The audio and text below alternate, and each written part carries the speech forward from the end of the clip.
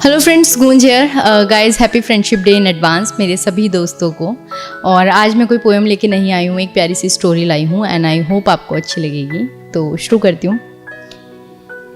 ये उन दिनों की बात थी जब हुई हमारी दोस्ती की शुरुआत थी। दोस्ती में कुछ रूल्स होते हैं, कुछ दोस्त कमीने तो कुछ इमोशनल फूल होते हैं। कि एक देर से आए तो स्कूल में उसके नाम पर प्रेजेंट बोल देना और होमवर्क ना करके आए तो उसे अपनी नोटबुक दे देना, ये तो मानो जैसे हमारी दोस्ती के कंपल्सरी सब्जेक्ट हुआ करते थे और शायद इसीलिए हम अच्छे दोस्त हुआ करते थे।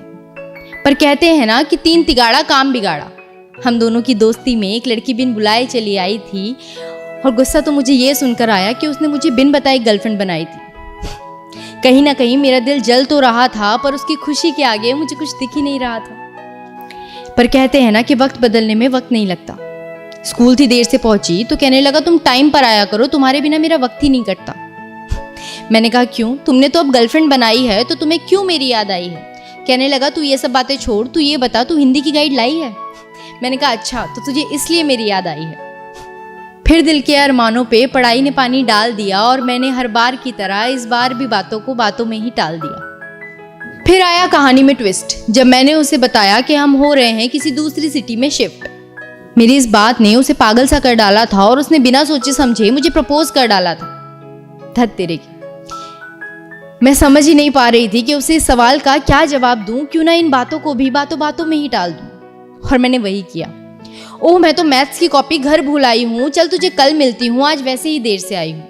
ऐसा कह के मैं वहां से निकल तो गई थी, पर इस सवाल का क्या जवाब दूं, इस बात से मैं डर सी गई थी। कहीं प्यार की वजह से हमारी दोस्ती टूट तो नहीं जाएगी और इस पाक से रिश्ते की खूबसूरती कहीं खो तो नहीं जाएगी। मैं ये सब कुछ सोच ही रही थी कि इतने में अचानक से पीछे से एक कागज का जहाज आकर मेरे सर पर लगा।